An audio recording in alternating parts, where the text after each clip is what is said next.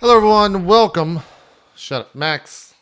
God, he just has to be the center of attention, even when he's not here. You try to get anything accomplished, and it's got to make it about him. I know. It's crazy. It's crazy. This won't be playing the entire episode. We're just gonna, welcome to episode 80 of Court of Swords. Max is doing I don't know. July the 4th stuff, I guess, is the best way to. No one knows. He just said he couldn't make the show, but it's fine because we're kind of split. We're going to do the show Sunday, but Zeke was a little bit preoccupied. Now, there's a story behind here. Zeke has one. I have one as well. We'll start with mine. Zeke started by saying, I can't do Sunday because I have to get a haircut, to which I immediately thought, okay. I don't know what that means, but, a man's got to get his haircut. I guess he needs to take the time. Yeah. Little did I know that he was actually doing this, and it, yeah.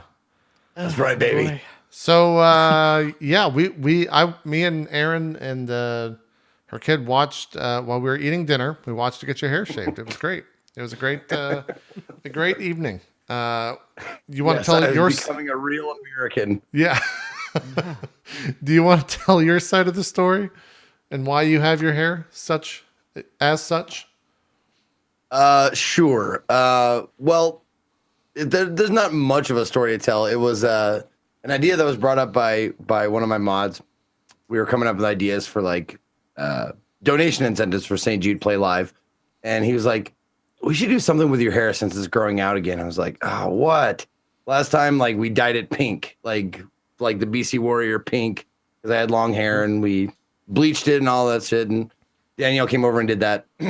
And he was like, "What about Hulk Hogan?" I was like, "Oh yeah, that's perfect. Oh, that's perfect. It sucks. I hate you, but yes." So that's what ended up happening. It was a $10,000 goal. We hit that, so I had to set up a day, and she was free on Sunday, so here I am. There you go. It doesn't look as good right now because after this was all done, she had bronzer and bronzed me up, and it was fucking perfect. If you haven't seen, it looks really good, check my Twitter. There's clips of me in front of American flag doing my Hulk Hogan impression, and she did a fantastic job. And it's like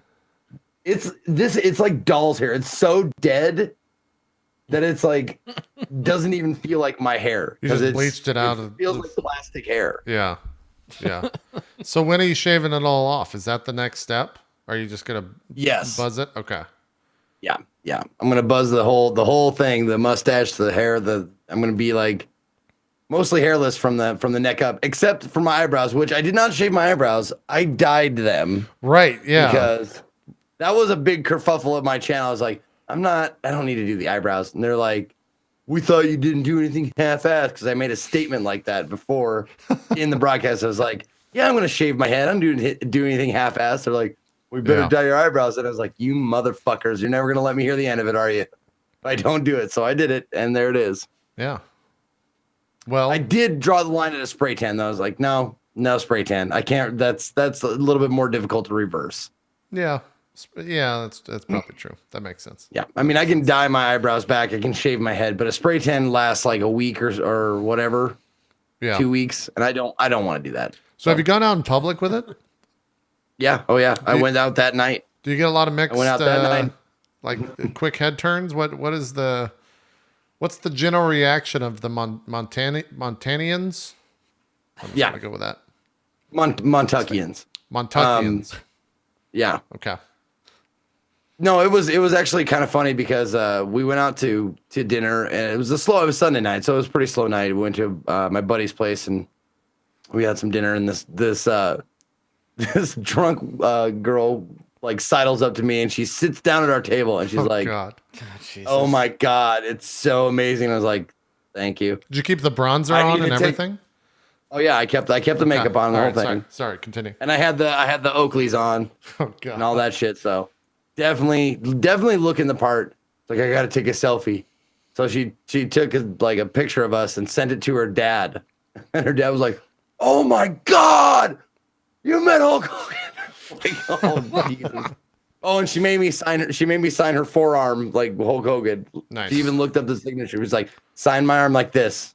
I was like, okay. Jeez. A pushy Yeah. drunk. I love that your first act as Hulk Hogan was to con a drunk girl's dad. Yeah. I get Like, yeah. forget you, drunk girl's dad. Yep. That's for good sure. stuff. That's exactly what I did. But yeah, I'm keeping it until the 4th of July, which is tomorrow. Probably gonna do something like probably not broadcast wise, but like go out into the public and take pictures with people and whatnot. You could probably Have just some walk fun. into a parade and just, walk the entire thing. Or ride on a Oh, float. yeah. Just jump on a float and Oh, be yeah. like, hey, what's up? I'm Hulk Hogan, motherfuckers. What up? I love I'm America. fucking Hogan. Let's go. Yeah, exactly.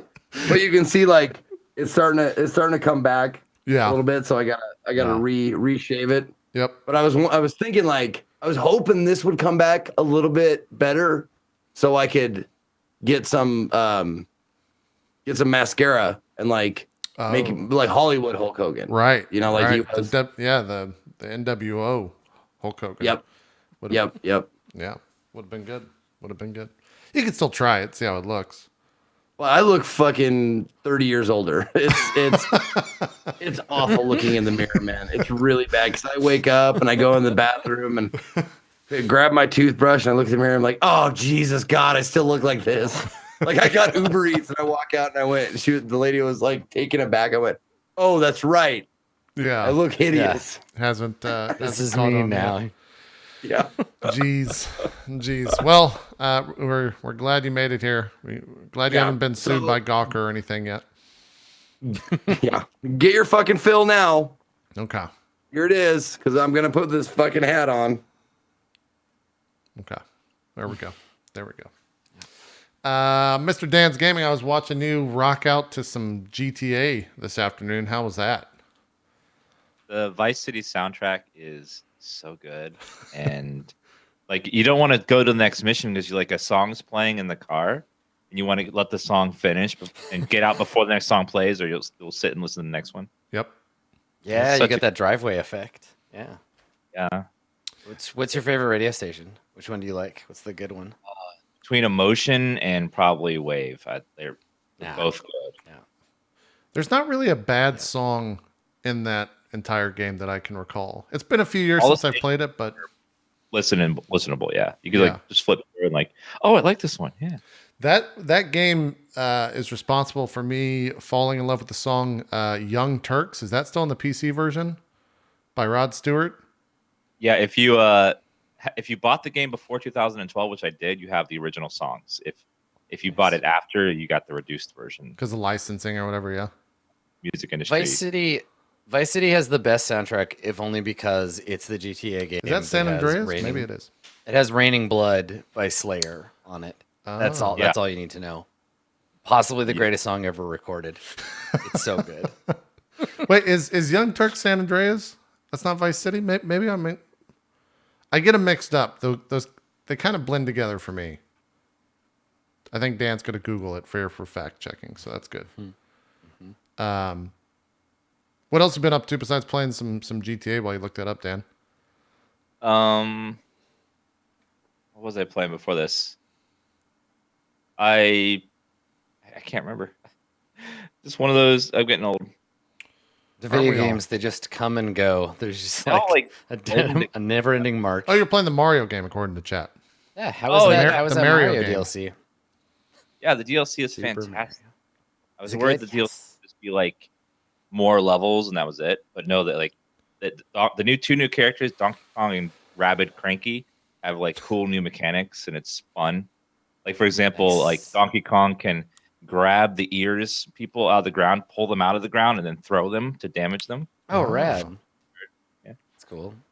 Do you get to control where they land, or is it just random? You get to throw it. So Donkey Kong gets to move, and in his move, he gets to pick up an item, either a cover or an ally or an enemy, and Gotcha. throws it. Okay. Allies don't take damage, but enemies do. Huh. Yeah, I kind of want to play that game, but I'm trying to save it for a trip whenever I fly. It seems like a good game to play on a plane. About a good 8 to 10 hours. Yeah, It's like if you got a long flight, it's a perfect amount of time. that's true. That's true. Max, once again, since people are still joining, he's not here this week. He's doing some fourth stuff. He's just also he just always has this pose. This is actually a live feed from Max's room. So, you know, He's just sitting perfectly still Yeah. for the next 4 hours. yeah, he Get won't. a camera. Sure. He won't be here at all today. Mr. Adam Coble saw you, or I saw you That's me. yesterday. Some other people saw you yesterday on Far Verona because we swapped around those dates thanks to the 4th. Hello there. What's been going on the past 24 hours? Same old, man. I finally got around to playing Slay the Spire, which I had not played prior to last week. It's pretty good. I'm surprised. Like, I think I thought it was going to be more like Hearthstone-y going in, but it's one of those rare games that takes a whole bunch of like little mechanisms from other games that were successful with those and mashes them together, and somehow it's not garbage. 'Cause usually when people do that, it's because they can't think of anything to do for themselves. They're like, we're gonna make a game out of a bunch of trash and just throw it together. But it actually they figured out ways to make all these mechanisms work nicely. And I played it, and I played it off stream, which is very rare for me. I don't really ever play video games off stream anymore. And so I was like, yeah, I guess I like this game. It's pretty cool.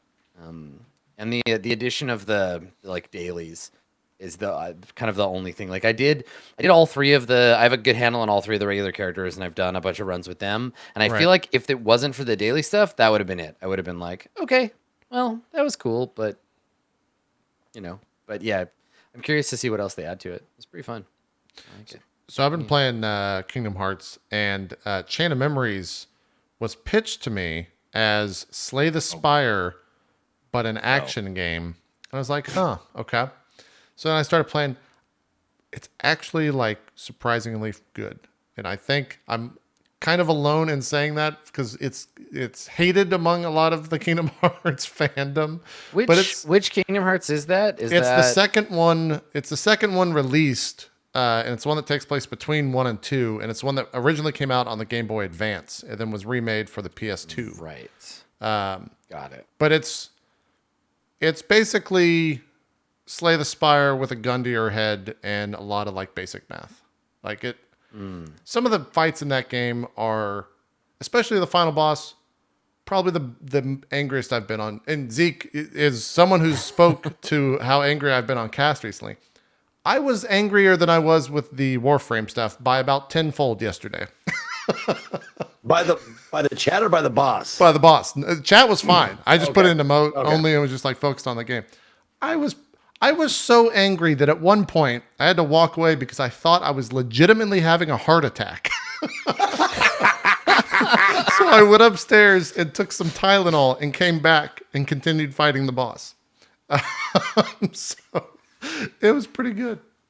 The game is interesting, I guess, to say the least. But I don't pick it up and expect to understand anything of the story. It just won't make any sense to you. You have to play them in order. Yeah, I saw you tweeted something about that, about how it like playing it. Was it this one that like contextualizes the other ones in a way you wouldn't get otherwise? Or, It's just like the thing with Kingdom Hearts is there's no side games. They all have like right. quintessential stuff to the story. Like you can't, like I played 2 straight after playing 1, like a couple years after playing 1, like no games in between as a kid. And I'm pretty sure I was fucking lost the entire game. I had zero fucking idea what was Right. happening. They would have characters and they just knew them and they didn't talk about how they knew them or anything. And like, that's all Chain of Memories is. So it's been fun. It's super essential to understand too. Yes. It's best to play it after 2 because of the way it works.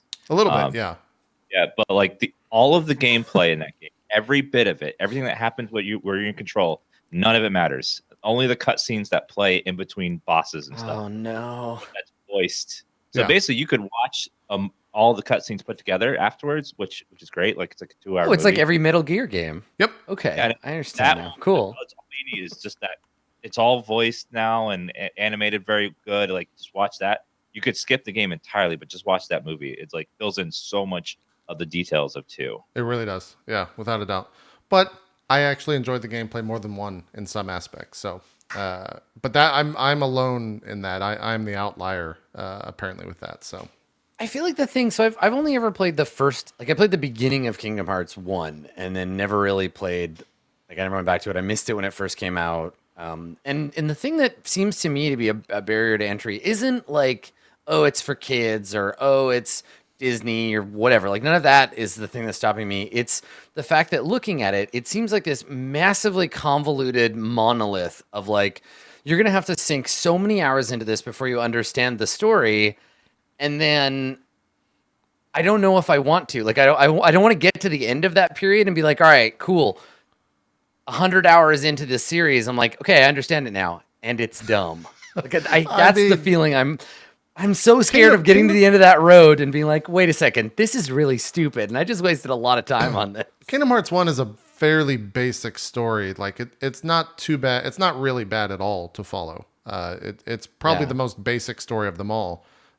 There's actually an article, I think maybe this past week, and they came out and said like, you need to make this game more complicated.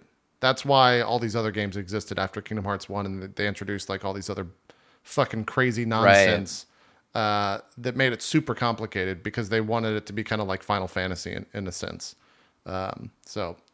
And I might have misquoted that article. Feel free to go research it, etc. on your own time. How annoyed were you at the end of the first game with the boss that just wouldn't die? Like just keep killing I knew back forms. It's like the final boss of the first game has 11 forms. I think there's 11 different fights before you beat it. And I was only playing on normal. I'm not a fucking masochist. I wasn't playing on proud because that's just like, that's a whole nother fucking level of bullshit. But it wasn't too bad. I don't think I ever had to restart or anything. So it wasn't too complicated or too difficult, I guess I should say. But, for Chain of Memories, the final boss, I don't know if you've played that, Dan, or if you just watched cutscenes. Final boss in Chain of Memories, you fight one really, really annoying fight, and then you fight the actual end boss who's really difficult, and you have to do them both without a save. Oh, so I hate that game. Yeah, it was kind of like, it's like 10 minutes of just like very tedious gameplay. It's not exciting. You can't like rush through it. You actually have to pay attention. It's very tedious. And then you fight the actual difficult fight after that. And I was fucking through the roof angered. I was just tilted to fucking oblivion, man. Yeah, it was crazy. that's the worst. Like in terms of gameplay, when you have to do something that isn't necessarily challenging, but it's really, really tedious and long, and then to throw something that's actually really hard at you after that makes it so much harder to bounce back. Like a hard Dark Souls boss that just one shots you as soon as you fight it is fine because you're like, okay, cool. Now I got to learn to avoid that first thing. Yeah, then I got to learn how to avoid the next thing that comes after that, and eventually you figure it out. But if you have to spend like 20 minutes every time fighting a really dull thing that takes forever to get through. And the worst part too, just before you jump into the brutal. fight, you have to go talk to Donald, and he says like, "Are you ready to jump into the final fight?" And you have to choose yes or no. And yes is the bottom one. So I would hit no like 4 or 5 times out of anger of just spamming through it. So I would get even more fucking tilted.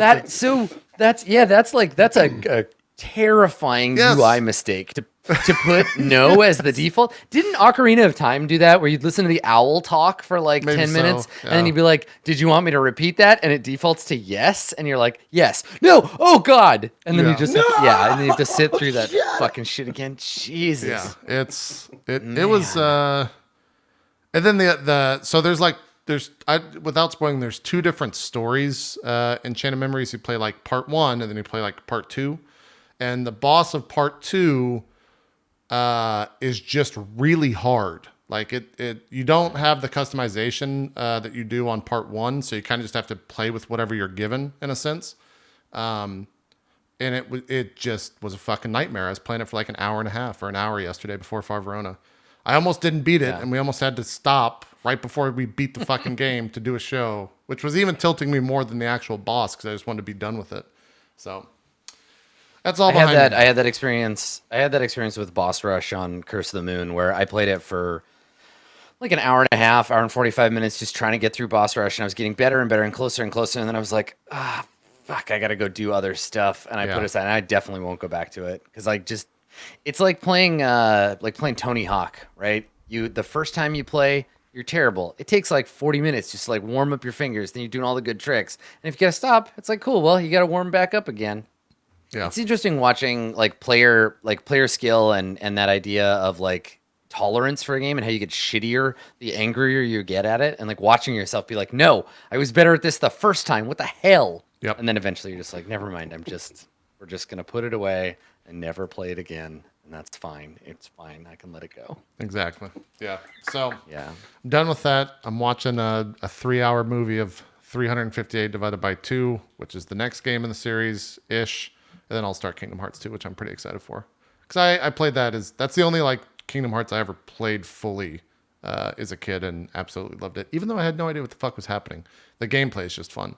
So Have you played Birth by Sleep ever? I've not. That's after. That's after Kingdom Hearts 2. And I've heard it's One of my favorites. You'll love it. Yeah, I've heard it's pretty good. And they remade it too for the PS4, so I think it's 60 FPS. I don't know if it was originally. It was originally a PSP title, so they ported it over and made it look nice now. Nice. Yeah. So, yeah, we still got about 5 games to get through in the series. And then there's like a mobile game that I have to figure out how I'm going to because even the story in the mobile game is like kind of important. And it like leads right into the third one. So I got to figure all that shit out, but it's been Game fun. development studios, I don't think have quite figured out how to do like core lore or story elements through multiple platforms just yet. Like you can see every once in a while, someone will try something like with Destiny where they're like, you want to have any idea what you're shooting at? Get the app, look it Right. up, do the things. Which I think is interesting. Cross media stuff can be done well, but I just don't think it has been yet. And then you end up in these situations where you're like, all right, well, if I want to fully understand the Kingdom Hearts storyline, I have to download this game for the fucking Sega Wonder Swan and then play through a puzzle game for a 2-minute cutscene at the end that contextualizes the last boss from this game you could only get in a Happy Meal in Denmark between the years of 1985 and 1986. Like it's Well, a lot it's of interesting, but it's very difficult. A lot of it too is Square's a Japanese developer, and at the time, phone games were fucking huge in Japan, and still are arguably. So that's where they went. That's where they took the series because that's kind of like their biggest market for that shit. So Square's just kind of bad at stuff, or was bad at stuff. They've gotten a little bit better over time, but it's still I think across so many different platforms. Yeah, I think you're right. I think it's a fundamentally Japanese thing. And like it's the same like during E3 watching everybody like freak out about random weird crossovers and stuff. And you're like, it's Japan, guys. There are different rules there, and you can put anything you want in Monster Hunter and it's fine. No one will bat an eye at that. But there's much much more blocked off content stuff over here, I think, by comparison. So yeah, it doesn't surprise me that there's these like weird little games that you can't really get access to anymore. But that's how it goes. Yeah, it does. It does. All right. Well, I think it's time to jump into some D&D. Zeke, turn off Warframe and let's play some D&D. I wasn't playing Warframe. Uh-huh. Mm-hmm. That I can promise you. That is the truth. Okay. All right. I was actually playing Slay the Spire. I was about to say that's the other one. Yeah. Yes. No, you started Kingdom Hearts and I felt my hand like moving to my mouse. I was like, maybe I could play. Tomorrow on Drop Frames, I'm doing a full story jump. We're gonna go from 1 to Chain of Memories in full, and I'll just let you guys know exactly what happens. It's gonna be great. I'm excited. I'm excited to hear all about that. Yeah, I am. The chat always every 20 minutes, the chat's like, "Can we get a story recap?" And I'm like, all right, sure. So the past 20 minutes, just like the most inane bullshit of like, so this person who's an illusion and does it is part of the memory. Well, so I saw real. a video. I saw a video floating around on Twitter that was like, "This is why I can't convince my friends to play Kingdom Hearts," and it was like every like really stupid moment from Kingdom Hearts, all decontextualized and played out in one video. And watching it, I was just like, this is probably not a really good representation of the game. Maybe it is. Maybe it's all that dumb. And B, really funny. And I would love to see more of these. Like, this is why I can't get anyone I know to like Star Wars. Here's just the dumbest shit from every single Star Wars thing. Like, I kind of like that stuff. I like taking material and looking at it way out of context. There's a ton of dumb shit in that game. So much so that I think the game even knows that it's being stupid. And I find it hilarious at the same time. But some parts of that fandom are just like, this is serious. Like, this is a fucking Sora and Kyrie. They got to get back together, man. What the fuck? I'm just like, Well, and it's kinda that's something ridiculous. that's so good about like really like self-important or subcultures that are super unaware of themselves. Like heavy metal has this problem. Oh, yeah. Where if you're looking at it from the outside, you're like, I can appreciate this. It's pretty fucking dumb though.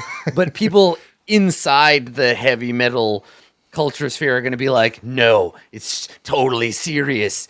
This is great. Don't talk shit about bong rippers. They're the best band that has ever existed. And you're like, yeah, but it's just weed jokes for 4 hours. Yeah, Like, yeah, bong rippers, they're but great. they're guitarist though. You know, like I think it's fun. I mean, D&D fans do it. Everybody does it. Everyone Everybody's like does it, really yeah. passionate about something. Yeah. Yeah, they're like, you don't understand anime the way I do. Okay, I've been to Japan. All right. Yeah, Yeah, I find that really funny. I like it. I like It's a when lot people of get fun. hype about stuff. it's a lot of Yeah. fun for sure. Anyways, we need to do goals, and then we can talk about our drawer Yeah. issues. Yeah, yeah. Let's talk about our goals. All right, so let's begin. Ramus, your goals right now are lay Berg to rest, retrieve something valuable from the vault, and find the location of a soul. That's what I've got written down for you. Which of those would you like to keep? What do you want to change? What do you think? I'll keep all three of those for now. Yeah. Okay. Cool. Kalimat, your goals I have as get the key from the Devil's Vault, escape the vault alive, and defeat the Ultimate Warrior in WrestleMania 2. Do you want to keep those or? Well, point of order. The Ultimate Warrior was not even around during WrestleMania 2. That was yeah. that was Andre the Giant and Hulk Hogan when he boy. body slammed him. Okay, anyway, Madison Square Garden. Or was that 3? Anyway, no. My third goal is find out where my brother is and make him a real American. I can't let it go. Just can't. Yeah. So just get it out now. We'll both do it. Find out where I can discover where I can find another Dragonborn. Since I'm in the vault, that's what I mostly want Sure. in the whole world. Okay. And then keep the other two. Get the key and escape the vault alive. Yep, I'm taking them. Yep, get the key and escape the vault alive. Okay. All right. And then Yoji. Yep. I have enter the vault and make it out alive, and investigate Ramus's soul issue. Yep, we'll keep those two, and then the third one, the new one, will be research Willow Weeps for her father, which is the arrow that I got last session. Okay. Sorry, I missed the first part of that. What do you want to do with the arrow? Research it. Understand it? Yeah, Oh, yeah, okay. research and understand it. Basically, get the goal would be Figure out what its deal is. Yeah. So I guess ultimately it's like get Ramus to cast an identify spell on it and understand its like true purpose. Yep. That makes sense. That'll be hard since I don't have that spell. Oh. Yeah. Well, then get someone to cast identify on it. Yeah. Okay.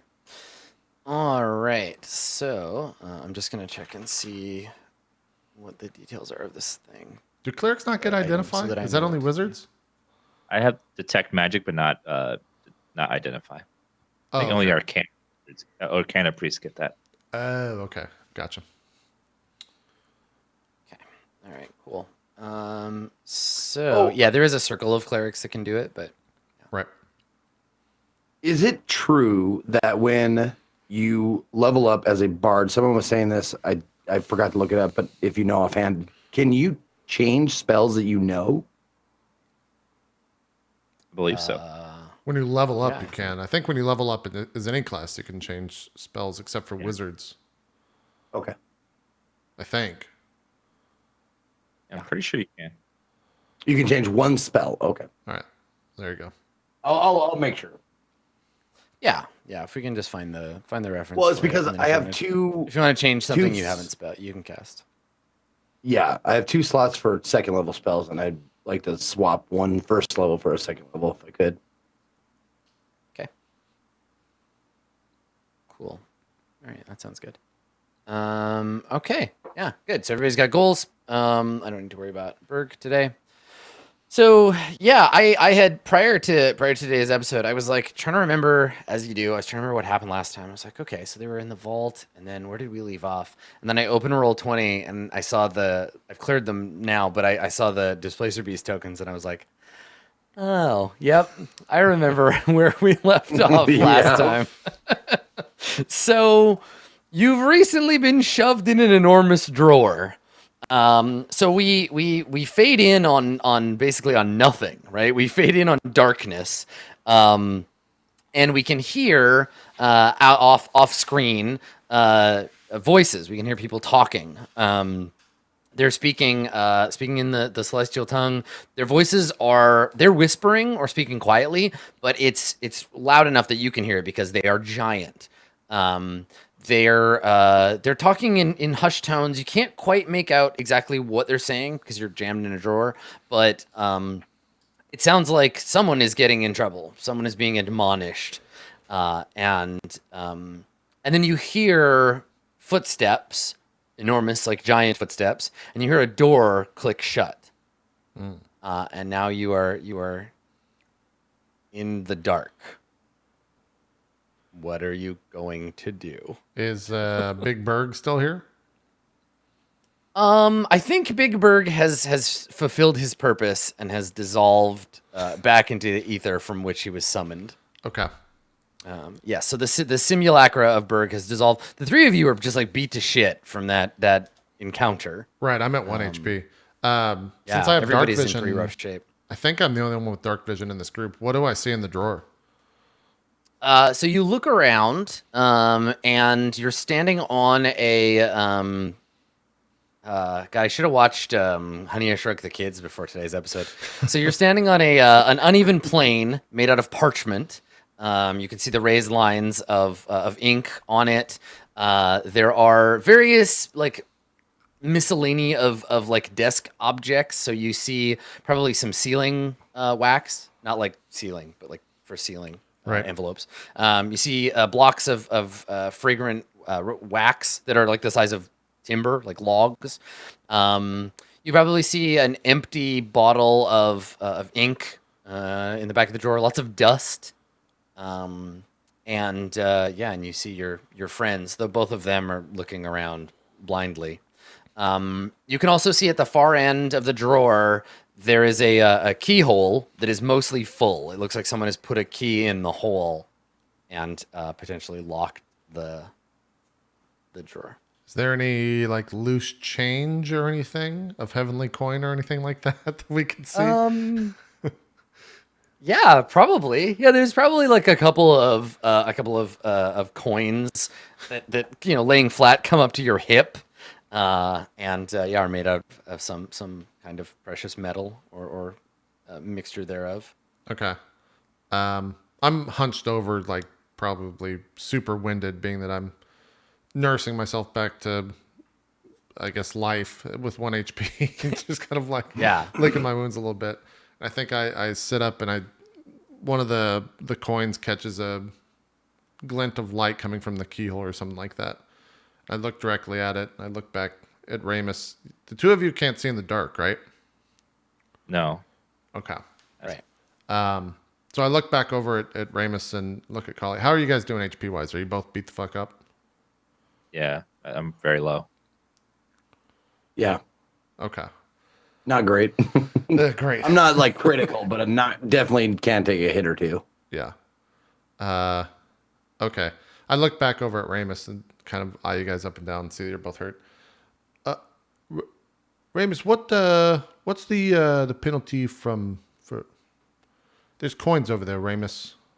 There's heavenly coins over there, and they're quite large. Hold on. I cast a light spell so I can at least see around me.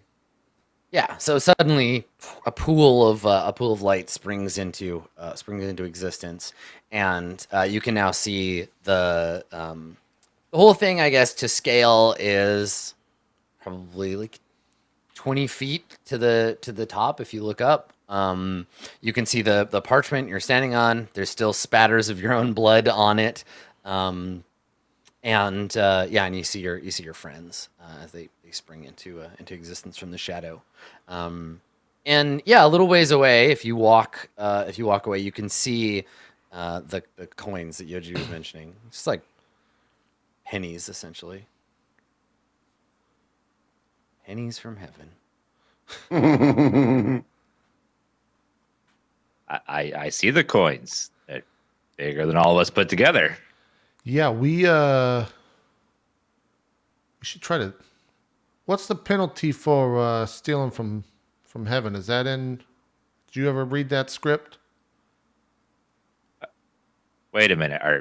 Are you planning on taking that giant coin with are you even gonna? Well, that door when we first entered in here said we could just think of an exit and it would pop up. So what if I just think of an exit big enough for that coin and just push it through and we just leave? After we get whatever your soul is, the purpose for you being here. I like that. Like, we could also get your soul, I guess, but like, check out that giant ass coin. So okay, let's keep going. So you get it out of. Let's say you get out of the temple. I'll give you that. What are you gonna do with it then? You have this giant ass coin in the middle of a city being bombarded by alien creatures. Well, technically, Ramus, we'd still be in the Devil's Den or what? Not the vault, but the place that. What's that place called? The Devil's. I guess the Devil's Vault, but we're not technically in the vault anymore. We're in like the inn. There's got to be someone there that could smelt it for us. There's ways to make it happen. The question of where are we is very complicated. It's a hard one to answer. I think from that, where you currently are sitting. I think that like clicks, and I go, wait a minute. Oh, is this actually heaven, Ramus, or is this just? Because we were in a forest, but we weren't actually in a forest. You know? I don't know. I critically willed this place to be, and it feels real. Well, we Those creatures damn hurt. Well, that's for certain, yeah. But it was to appease whatever the giant feller, whatever the soul keeper. I don't know. Is that? Have you seen him before? Do you know what that is? Is it in any of their scripts? Callie and I have seen it before, briefly. Now, do you remember when we first entered Utrix's realm, we all had a vision together of this room with the jars? Mm-hmm.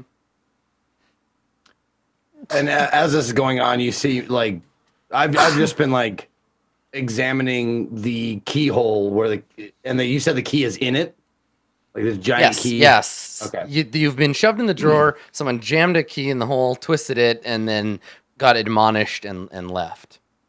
Okay. So I've just been like kind of like stroking my chin, like looking at this keyhole and seeing if there's a way to turn it and get out. And then you get my attention. I'm sorry, Ramus. What was that? Oh, do you remember when we first entered Utrix's realm, we all had a vision together when I cast a spell on myself because the flies were clinging to my body. And we all collectively saw this room with the jars, and we heard a very loud tink. Yes, I remember. My soul is here somewhere. But are we really here is the question.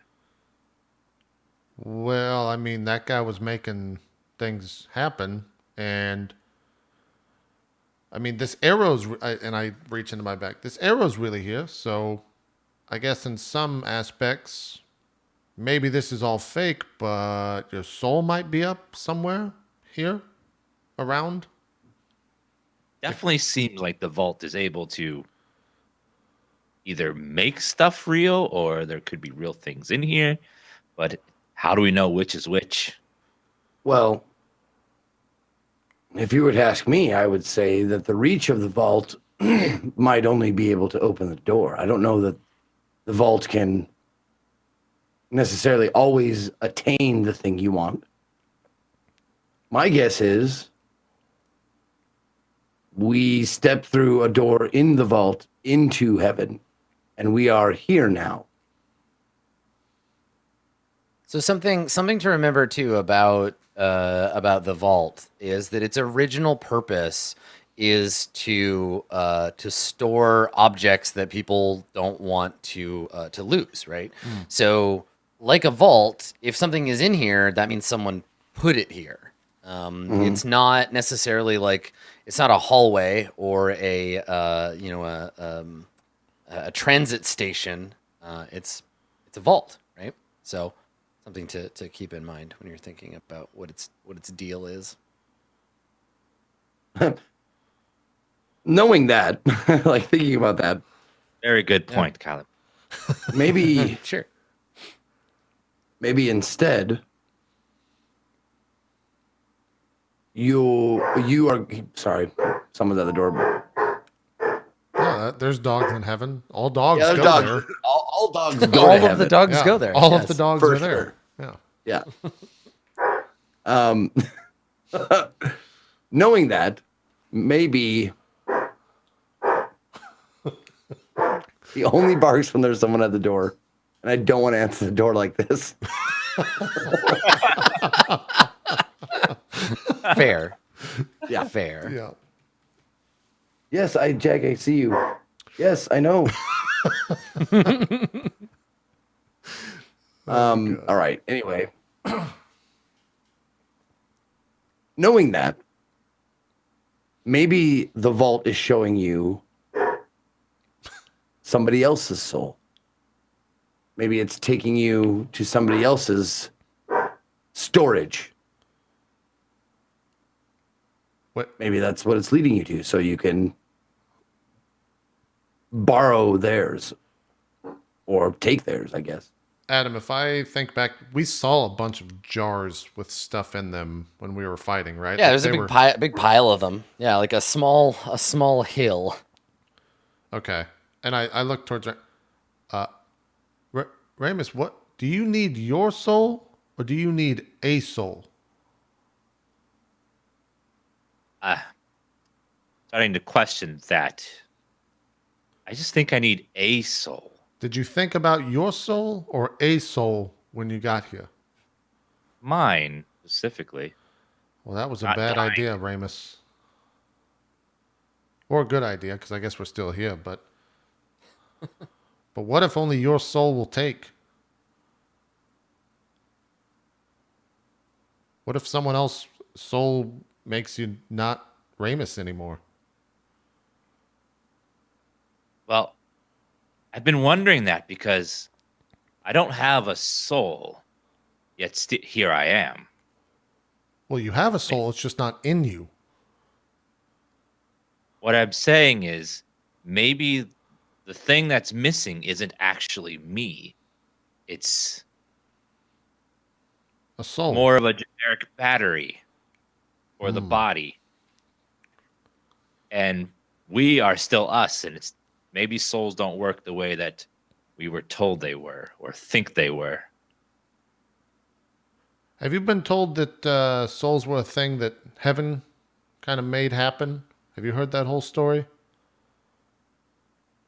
No, I've heard bits and pieces of the old stories. Well, among the old gods, souls didn't exist.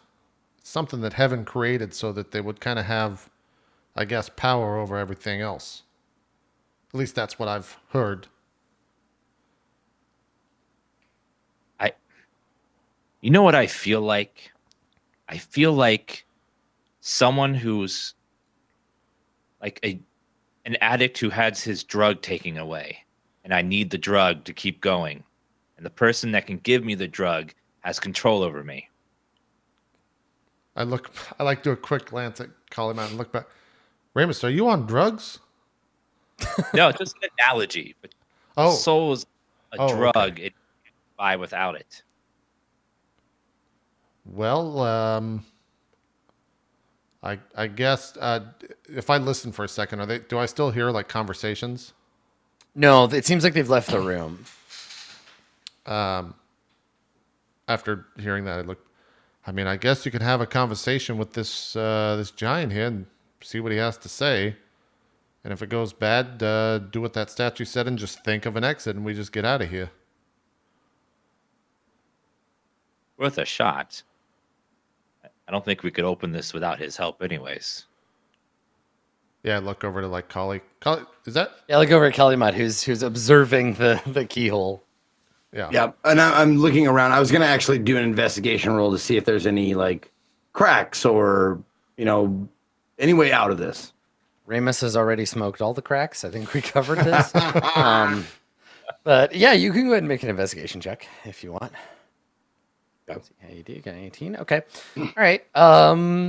Yeah, I mean it's not like vacuum sealed or anything. Like there's a hand breadth of light coming in from the keyhole around the key, right? Because it's in and it's turned. Not enough room to like crawl through, but if the keyhole didn't have a key in it, you could walk out. It's just as big as a door, maybe bigger. What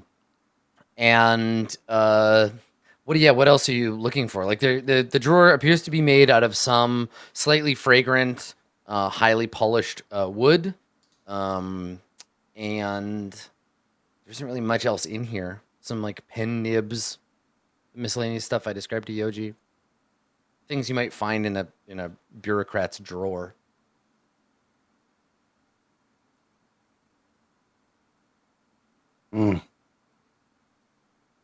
Any ideas? I have no idea how we would get out of this place. Well, we could try pushing that key. I mean, it's not stuck in place. It's just kind of like It's turned in, like, so the teeth of the key are inside the lock, right? Yes. Yeah. Okay. Let us out of here right now, God damn it! Oh, well, okay. There's that. Okay. You Well- shout loudly. But there's no response. There's no one near enough to hear you. Your tiny squeaks. If you want to make a loud noise, I can definitely help you with that. I don't think he's in the room. I don't. hear Well, I anything. remember when he was playing with us that he wanted us to keep it down. So I'm guessing that if we make enough noise, that maybe someone will notice. Well, And if all that fails, I say we make a fire in the drawer hold and on. burn it all down. Oh, no, we're not. 1 sec, me. It's gonna be a short episode. I'm You're gonna. right. I look at. No, we're not gonna burn this. Give me a second here. I'm gonna cast Primeval Awareness and focus on Celestials and see. I just want to see if there's one in this room, and two, if we're in heaven and like there's a billion Celestials around us. You can sense whether the following types of creatures are present within 1 mile of you. Yes. Oh, it doesn't reveal the. Fuck, I didn't read. God, it's always the last sentence. It's always the fucking last sentence. Doesn't reveal their location or number. The answer is yes. Definitely. Fuck. What about the other stuff? Can I sense any aberrations? Can I sense the types? You can sense whether the following types of creatures are present within 1 mile of So you. do I only sense celestials? I think only celestials are within one mile of you. Okay. Yeah, that's a good question. Is it local mile or like do you bring your own scale with you when you travel to Anyway, either way, the answer to the spell is yes. Okay. I like. Celestial. You see me close my eyes for a second. I open them back up, and there's traces of like, almost like a smoke or like an ink in my eyes for a split second when I come out of cool. it. Yeah, this I kind of blink wisps, again, something like that. and it's gone. I go, well, that did absolutely nothing. Never mind. I was trying to see if there's more than just celestials here, but I did sense them, but I don't know if they're in this room or what. So you can confirm that there at least is one celestial here. Yes. So that creature might be that celestial. I can talk to him too in his native tongue if that helps. But we just got to get his attention. We got to get out of here. So maybe that's part of plan. That's step 2. We need to figure out step 1. So Yeah, step 1 is just not being in the drawer anymore, I think. All right. Well, Adam, I would like to will that we are on top of the table instead of inside the drawer. Okay. Try to fill it. Sure. Yeah, go ahead and roll a charisma save. That's what we've been using for yeah. exerting your. Oh, 20. So you focus your mind and try to think about like we're on top of the table. We're not in the drawer. We're on top of the table. And after a moment of concentration, you open your eyes and you are where you began. You are still in the drawer. Nothing has changed. Yoji and Kalimat, you see Ramus close his eyes and squinch up his forehead and like focus. And he opens his eyes and looks around and looks disappointed. What I did you? assume. What Unless did you cover it up. Ramus, what did you just do? Tried to think of us as on top of the table instead of inside the drawer. We've been summoning Berg and all these other things. I thought maybe if I willed us to be there, we would be there instead of here. If this was an illusion, if that's how it worked. What if we're really stuck in heaven? What if we're no longer in the vault? Let's try pushing the damn key. See if we can get it out of there and we can at least look through the hole. We might be able to squeeze by. Yeah, let's get a closer look. I walk over towards Kali and like see if we can't squeeze by it, right? He already knows that. Yeah. So you walk back over to Kalimat and Kali, you've been near the key for a while. Yeah, there's no room to squeeze through the keyhole. The key is it's filling that space. okay. So there's All right. right there. And like you said, if you push it, the teeth are locked, right? It's twisted, so it's locked. So there's that. You can't like push it out as it currently stands.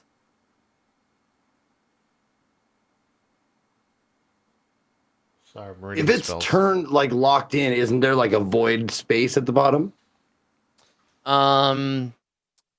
Yes, yeah. There'd be like where the teeth are. There's like a little gap, but you could try to squeeze through there. Okay. But yeah, Hmm. it looks like a pretty tight squeeze. Okay. Well, I'm going to try and rattle the key loose. If you have any better ideas, bring them up now, but I would suggest you cover your ears. By all means. All right. So I'm going to I'm not going to aim like at the keyhole. I'm going to aim like just to the left where the teeth would be and try and rattle it like free to let it fall down so it's like in the place where it's supposed to be, so then maybe we can push it out. So yep, I roll up my sleeves a little bit and I do my verbal and somatic components, and then bring my hands together and a thunder wave like right at the drawer, like where the key teeth would be. Okay.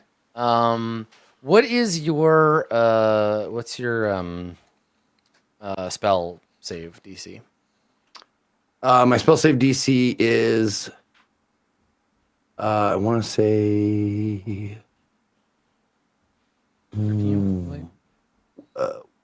shit, where would that be at? Spells tab on the top. Yeah, spells tab. It says spell save DC 0. Well, it's your, That's not right. Oh, okay. It's 8 plus your proficiency plus your wisdom mod, whatever you cast. charisma. Oh, charisma. modifier. Charisma. Yeah. For 12 plus 3, 15. 15? Okay. Yep. Right. Why is it? I wonder why it's not filled in. Okay, yeah. So you loosen it with the thunder wave. So you blast it, and yeah, there's a crash of thunder. Ramus and Yoji, you have to like cover your ears at the echo, And the key, yeah, it shifts slightly, leaving a bit of a pie slice of light up at the top where the teeth have come loose from the mechanism. So there's like a little bit of room up there. It's not all the way back down, but you've certainly loosened it up. Well, that did something. As you can see, I could do it one more time, but then I'm spent. Well, I'm not. We could try pushing, but I kind of look at the other. I don't know how that's gonna go with the three of us. If only Berg were here. Yeah. And Big Oaf. Well, let's try it first, and then if not, you still have your, your thing to. It's the saving grace. I start to like crack my knuckles in my back and walk up towards the key to try to start getting in a position to push it. Okay. So pushing it straight back isn't going to do anything because it's still like locked in the mechanism. So we need to push it right? Like sideways first. If you're looking at the key, if you're looking at like the keyhole, let's see. So it would be like, I'm gonna draw a terrible keyhole on here. So if you're looking at the keyhole, the key is filling up, obviously all of this space. This is obviously to scale. The bottom part is because otherwise you could just walk through. And now it's tilted slightly, so the teeth are like kind of here. Oh, okay. Leaving a bit of a gap up in this corner. Do we are the teeth exposed? In the sense that we could put something around. Yeah, it, on one side. Yeah, if you like look in or like reach in here, you can get your arms in and like feel the edge of the teeth. Could we get rope behind it? Yeah, you could throw a length of rope out of the keyhole. Sure. No, I'm saying around like the teeth of the key so that we can pull on the rope. Oh, so you want to throw like in and then rope like an interior tooth? Yeah, and then pull it towards us. Okay, I'm pulling it out okay, and like kind of try to get it on an angle. Well, technically, I'm trying okay. to get the key back into its position to where we then can push it out. Yeah. Yeah. The trick is that you can't pull it like you don't have direction that way, which is the way it needs to be pulled. Because if you pull just straight back, it's still butting up against the keyhole right there. But I understand what you want to do. But right now, like if you get rope around it, you'll have to pull it kind of diagonally this way. Just because there's not space in the edge. Yeah, because there's no straight line the direction you need to apply force. Okay, I just start getting rope out of my bag then. Okay. And then against that edge, I'm gonna cast rope trick. Okay.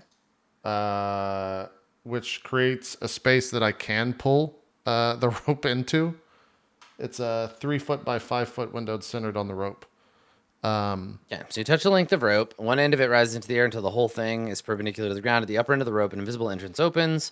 The space can be reached by climbing to the top of the rope. It can hold as many as 8 medium, yada, yada, yada. Attacks and spells can't cross through. Okay, so you create the window. Help me understand. Like I think I see, but I want to. Well, can I cast it like vertically, or is it always up? It says perpendicular, so it is up and down. Fuck. So like the keyhole here. Craft it down. Let me draw again. So like the keyhole is like this from the outside. The key. Let me switch to a different color just so we have a good visual of this. So the key fills up this section and like 3/4 of this one basically now. So that's sort of where the key shape is, the green one. And then from the side, it would be like a cylinder, and then the top part would be whatever the peg of the key, and then there's like teeth or whatever of the key from the side. So that's the jam. So like if you want to get the key back into position, force needs to be applied to it in a thatwardly direction. Right. To pull that green bit in line with the pink one.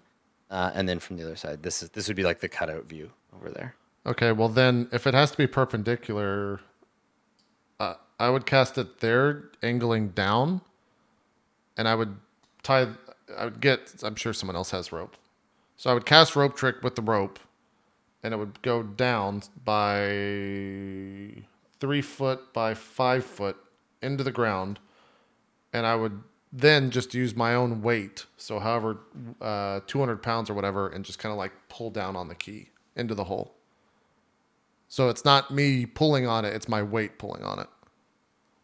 So okay, I think I'm starting to get it. So the idea here is, if we're looking at the keyhole, you want to create, because it does say it has to be, you touch the rope and it rises into the air until the rope is perpendicular to the ground. And the idea is you're supposed to climb up the rope into the extra dimensional space. Right. And then you pull the rope up into the space. Okay, well, if that's the case, then it'll just be the inverse. But I won't be pulling with my weight. I'll be pulling with my strength. So the hole will be up here, and the rope It'll bend a lot of physics bullshit. And then so the rope is here, and then the idea is you want to tie the rope around the inside, climb up into the hole, and pull the rope. So the rope goes taut. So then the rope will be like, so then the rope will be like this, kind of like, that shouldn't be pink. Make it blue. So it'll be like that kind of like straight up into the hole. And when you pull up, the idea is that you want that it'll apply force.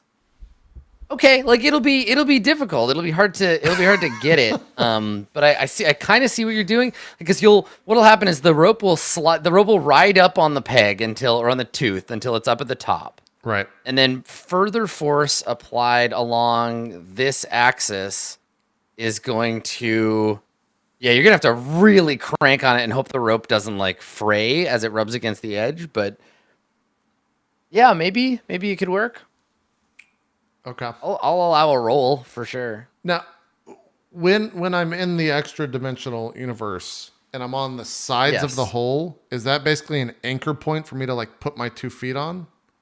Yeah. You Okay.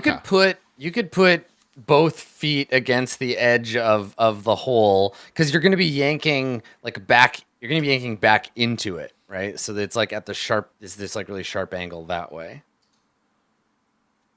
Yeah, which again, like super inefficient use of force, but it's possible because you're getting a tiny percentage of your actual pulling force. Right. Because what you really want is to move it laterally, but you can't because you don't have any. There's nothing. The other problem, and chat called this out, is that the other problem is that the keyhole is set into a flat surface. Right. So any move that you try to make left, right along the surface, you can't get around because it'll be pulling like out no matter what. Because this is like the peg is on the inside. Right. Or the key is on the inside. So it's a difficult roll regardless. Yeah. You'll need some torque. Okay. I mean, I'll try it. I don't have any other options. Okay. All right. So Kalimad and Ramus, you're watching Yoji get ready to cast Mordenkainen's complicated pulley, and he like casts a spell and like whoop, like a hole opens up in space above him, and the rope wiggles up into the hole. Does anyone think to ask him what he's doing?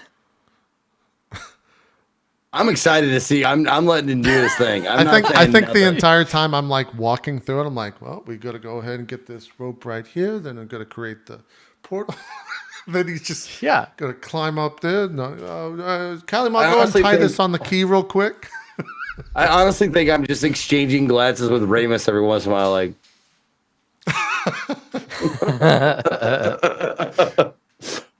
not enough force in the side. Not gonna work. So I get ready to I wrap the rope around my arms and like anchor onto the sides of the hole and look down. Anything that you guys can do to help me probably would be a good time now. And I just kind of like wait a couple seconds. I will pray for you. So next to D4. Nice. Great. All right. I sing. I honestly, I sing a little like, Yo G, he's the strong one. He knows how to do rope. Just make up a little song, give him some bardic inspiration. Nice. Good. Okay. What Fantastic. bardic inspiration is a D6? Can I use that on? Can you paste it in the chat? I forgot what bardic inspiration actually is. Is that just advantage? No, it's you get an extra D6 that you can attack roll, saving throw. Nice. So I get a D6 and a D4.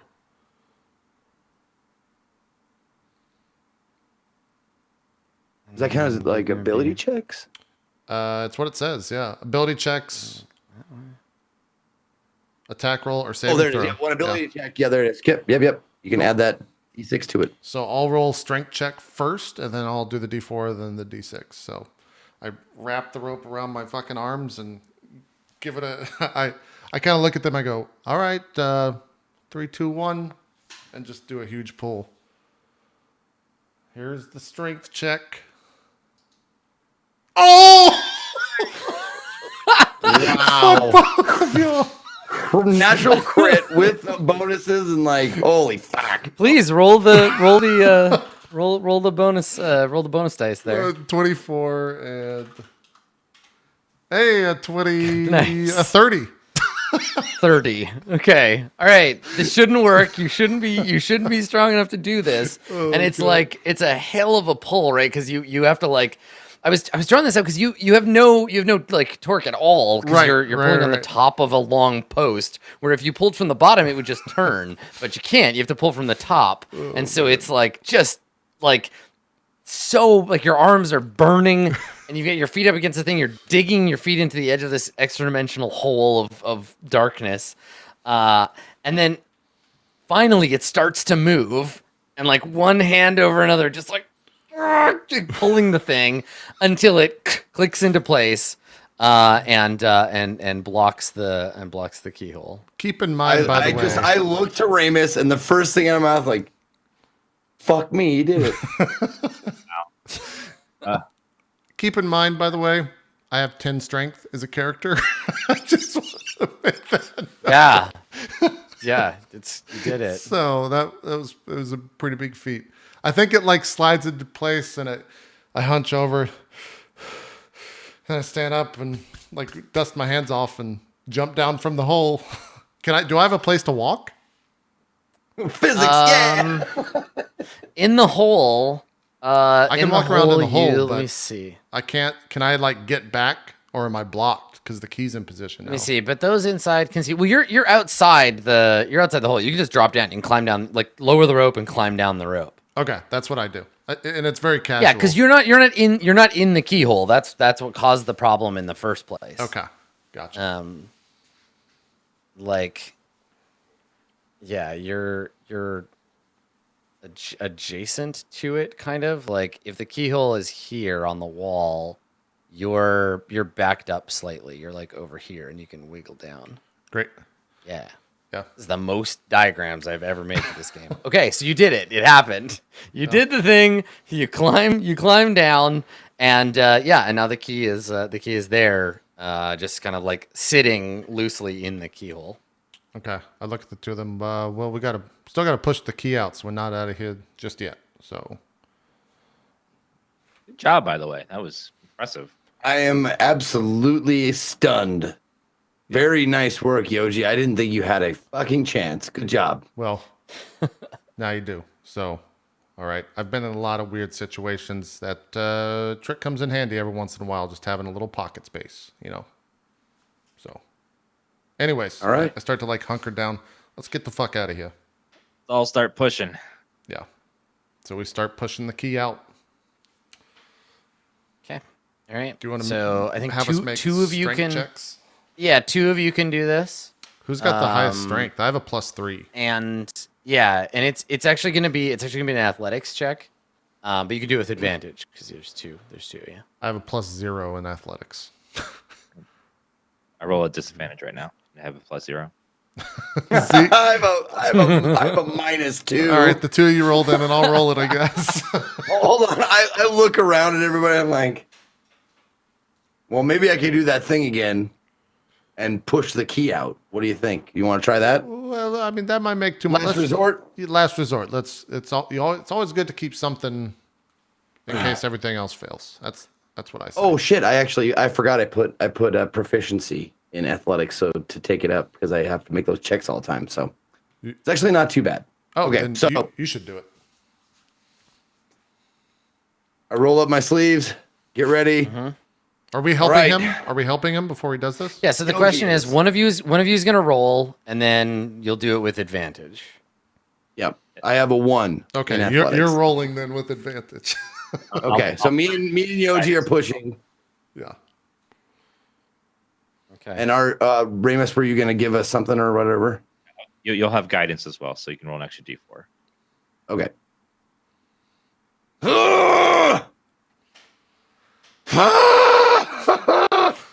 Roll D4. Okay. 15. 16 or It's 15. it's not enough. You're just like the two of you are just Yeah. pushing on this key. Does it not move at and it- all? I think it moves like a tiny bit, but it doesn't really do it. It can't. Yeah. Nope. These 12-inch pythons are not. I'm not gonna get. Yeah. I'm not gonna get the key to move. Yeah, I think after the initial pull, I like fall to the ground when it doesn't move, and we finally like give up. And yeah, no, the last resort thing. Let's go ahead and do that. I'm gonna. I gotta.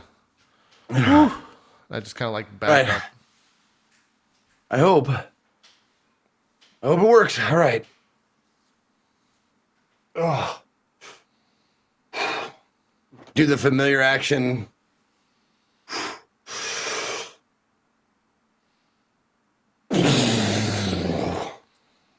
Awesome. Okay, so how far? What is this? When you use Thunderwave on a monster, it pushes it 10 feet. Unsecured objects completely within the area of effect are automatically pushed 10 feet away. Okay, cool. So is it gonna push the key out a bit? The key, yeah, it slides back 10 feet. And now you have 10 more feet of space, I guess. Well, at least we can like take a running charge at it now. Do you say that in character? Break our fucking shoulders. Yeah, you're like, we should take a running start. I'm not running at that key. Let's. No, I'm actually enjoying this, like, because that's fucking funny. Because I like summon the power of this thunderous spell. So You look from outside, we see the key in the hole and just go, like, stick out a little bit. Yeah. and I just kind of, you do hear me chuckle. Well, we got a little bit more to go. Ramus, you got any tricks in the bag that you want to perform in front of us to help? I only have things that could light us all on fire and kill us Okay. if it doesn't open the door. Well, that's the last resort then, I guess is what you would say. Yep.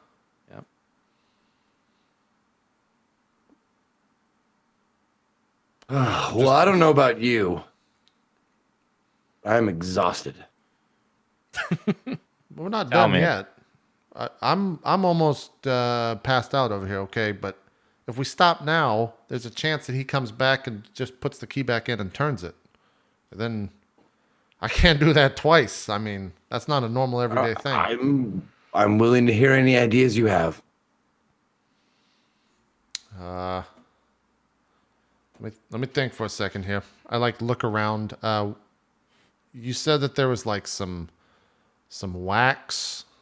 You said that there was Yeah, big lumber size blocks of like sealant wax. Some empty glass bottles that used to have ink in them. A couple of coins, like some pocket change. I mean, we could heat up that wax that we saw and possibly wax around the edges of the key to get it moving better, but yeah. I was thinking that might work. This entire time we've been thinking about using the keyhole, but we're in a drawer. This wood can't be that thick. We have some pointy sticks here. So why don't we just try to dig our way out? I mean, I've chopped wood Through the before. wood? Unless this is like some celestial wood that can't be chopped. Does that thing exist, Ramus? Do you have a holy axe of chopping?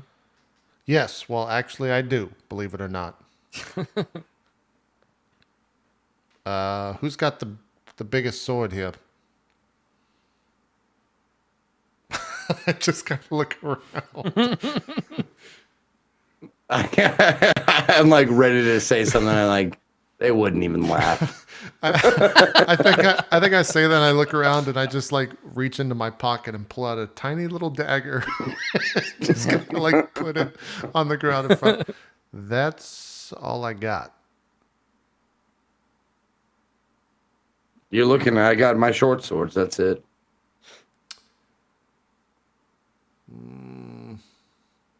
Hey, Ramus. Yes. What if you put that floating weapon that you can summon? What if you made it into a hammer and you could pound the key? Oh yeah, I remember that from the time we fought. That's not a bad idea, Kalimot. Thank God Berg's not here. That's It does apply force damage. I don't know. I can only use it for a minute at It's a a time. floating spectral weapon within range that lasts for the duration of the spell. When you cast it, you can make a melee attack against a creature. I don't think spiritual weapon is like capable of attacking like objects. Like I know it does force damage, but I don't think that's what it's for. I don't know. Yeah, I don't think Maybe it's just a weapon. Maybe it's just like a hard light, like a hologram, basically. So yeah, it doesn't say anything about not being able to like affect stuff. I can't like go through things. Yeah, I think it's probably fine. It's not its intended use, but yeah, I think you could probably use it to attack stuff that isn't like a person. I'd let you use it to like knock a door down or whatever. So how long does that thing last, Ramus? Lasts about a minute. Well, why don't you get to work over I there? could try. Yes, Worth a shot. See if it works, and me and Collie will give this thing another push and just see what happens. Okay. All right, Collie, we're gonna go on 3. Ramus, do that blessing. Say that prayer. Okay. I give you the prayer again. I'm helping, so you have advantage again, Collie. I'll summon spiritual weapon, but this time it's gonna look different. It's gonna be in the shape of her hammer. What the god's name? Agni? Agni? oh yeah, Agni's hammer. It'll be Cool. her crafting hammer this time. Nice. Yeah. So like a burning sort of magma hammer. I like it. And Cool. I'll have it Okay. hit like in the center of as center in the key as possible. Since it can Yeah, float. the key's mass is mostly up top. Yeah, so wherever so the that's- I yeah. think would be the best place to put force on it. Okay. All right. Sure. You would know the best place. He's very wise. It's true. Very He is wise. very wise. Yeah. I mean, obviously, the best place is like because if you hit the teeth, worst case scenario, you're gonna bend the teeth. You want to hit it up at the top where the weight is. Okay. So what happens first? I guess you cast guidance, then they push, then you're gonna try to do the thing again. Yeah, they'll start pushing, and then as they're flying force, I'll smack it on the top of the hammer to try to get it to repeatedly to get it to go. All right. Yeah. They'll So just pushing on the teeth, and I'll be smacking from the top of the hammer. good Alrighty. luck, good luck, Collie. You got advantage Okay. on a D4. Oh, 20. 20. There you go. Roll D4. I saw the 3. It was like, fucking Christ. 22? 22 total. Okay. Yeah, you push it some more. It starts to move back. I think what started to happen as you push it is that it's starting to tilt. Yeah. Yeah, the weight of the key from the gravity is like pulling it against the ceiling, and it's getting like it's not that it's so hard to push. It's just getting jammed up from its own weight. Because this thing is like the size of a tree, right? So Right. as you shove it, it like gets jammed. You can see there's little scrape marks up above where it's kind of been jammed in there. Pushing it will no longer, like, you can't just physically like shove it out of there. It's stuck. Again, we cut to the outside and it's just like hanging from the end of the key, like. Can we see past this first notch in the key? Like if I look on the side, can I see if the next one is thinner? Or sorry, if the shape of the key is like tilted upwards or cut upwards. Yeah, the key, it's like an old-timey key, right? So it's just like So if we cut off they're independent pegs. So if we cut off this first peg, does it loosen? No, because it's not the peg. Like it's almost trying to lift off the floor, right? Because it's again the physics diagram here. Force is being applied down by gravity in its own weight, and that's creating this kind of upswing, right? In force. So it's held up against the inside of the What I'm keel. saying is, if we cut off this tooth, does that go away Yes. and the key drop? No, because if the key, I mean, it would be. Would it free it up? It's currently, I guess, yeah. The problem is like the fulcrum point is like here, but yes, if you cut it from the bottom, it wouldn't have anything to sit on, and it would tip and fall out of the Right. Yeah, it would fall out of the keyhole. So I yes. like look past it. Ramus, how centered can you make that fire? Oh, what? If we wanted to cut this part of the key off, could you do that? Could you just heat up this specific part and burn it, and potentially it'll just fall out? I don't see how I could do that without lighting all of the wood around it on fire. You don't have like I don't have any way to heat metal like just it by itself. Yeah, the key God damn is You know the that's key like seems to be what I was the just key seems to be looking made at. out of lead. So it's a fairly soft metal. I'm like thinking like, well, what if we cut it and I just pull up my rapier and then I just put it back in? Shit. Well, No, well, okay. Put it to you this way, Adam. Like heat metal was probably the spell like I was gonna swap out for because it's just so useful all the time for many different reasons. If you have a spell you have not cast yet since you leveled up that you could swap out, we could just assume you had heat metal the whole time. Because I was going to swap out hideous laughter for heat metal, so I would have 2 second level spells for my 2 slots or whatever. Yeah. Okay.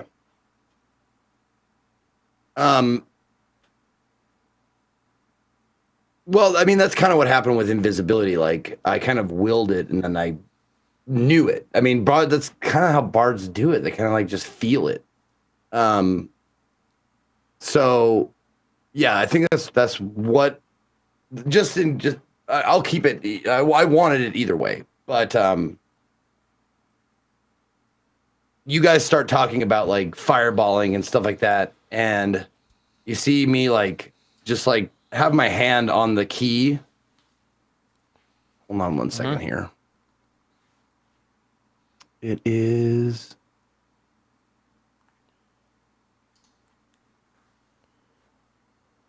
Okay. So the focus that I have takes the place of material components, right? Yes. Yeah. That's correct. Okay, cool. All right, so I'm sitting there like contemplating, like, God, if we could only just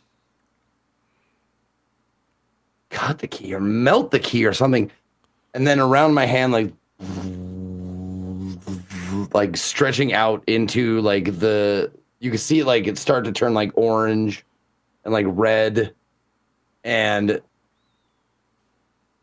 I notice it and I look and I kind of take my hand away and it starts to spread like this hot embery, like, glowing of this metal. Okay. And Yeah. it's surprising to me that I can even do that. But I keep focusing on it and just like, oh, okay, keep going. Go, keep going. And just willing it to burn, like willing it to melt. I think that interrupts me and Okay. Ramus having a conversation, so I turn back. Kalima, what are you doing? I don't know. Is that gonna... We should probably step back from here. Okay. And I just keep looking at it like, go on, melt, you bastard, melt. Okay, so the spell says choose a manufactured metal object, which is the key. You cause the object to glow red hot. Any creature in physical contact, blah blah blah. It doesn't say the temperature of red hot, but red hot's pretty hot. So like, If it's a red key, yeah, fumes start to like waft off of the key as it starts to glow and deform. How long does the spell last? 1 minute. Up to a minute. Yep. Okay. And the question is, would a minute be enough for you to melt enough of the key? Probably for the key to like, because I think the thing is it's already hanging. And so as you melt it, it'll deform. Start to fall 'cause of the weight of the key. It'll drip off. Yeah, like it'll break. As gravity applies force, I assume the whole thing heats evenly, right? It doesn't say that it spreads out from one place to another. So eventually the key will become soft enough that gravity will just pull it apart. And then the bit of the key that stays in will melt down and become a puddle on the bottom. And then when it cools, you'll be able to climb over it and out of the keyhole. The question is whether a minute is enough for that.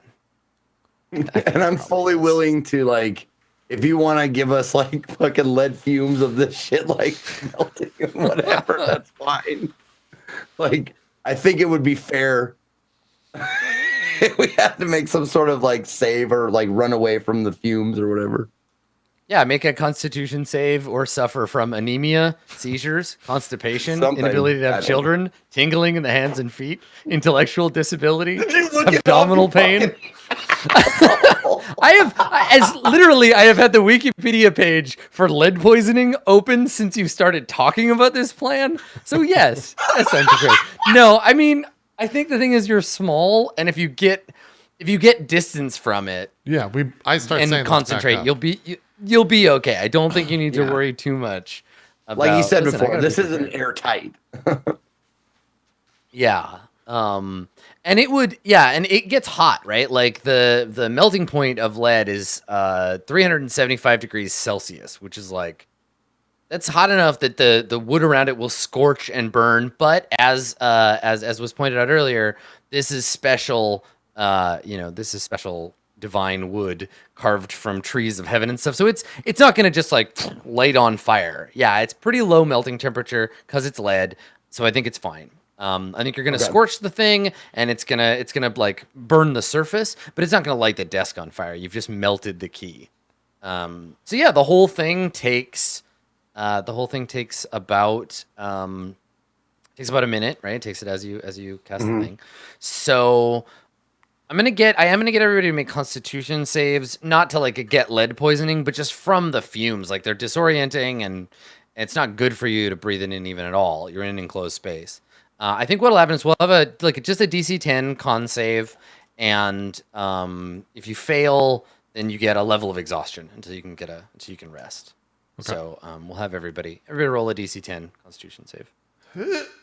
Hey, pass. Okay, so Yoji, you're fine. It smells terrible, but I smelled worse. yeah, definitely. Yeah. I mean, you know the dangers firsthand of smoking in an enclosed space. Right. This whole plan seems cockamamie to you. Right. Cool. Okay.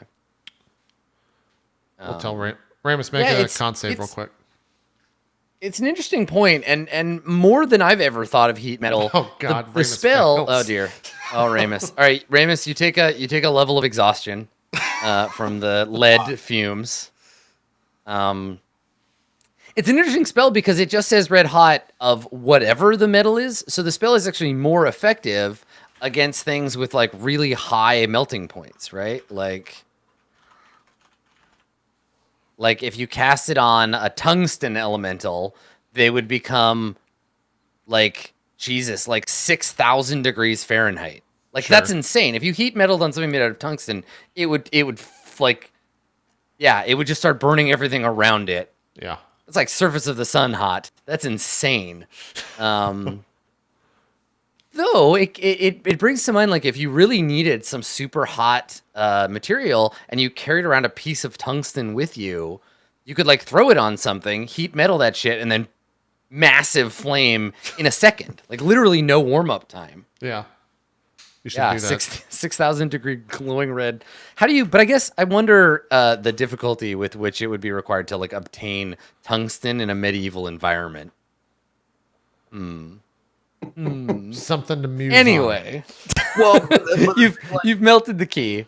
There was a I can puddle make of thermite, dude. green- All I need is like some like rust and some iron filings, and I can make fucking thermite Yeah. to melt through anything. Yeah.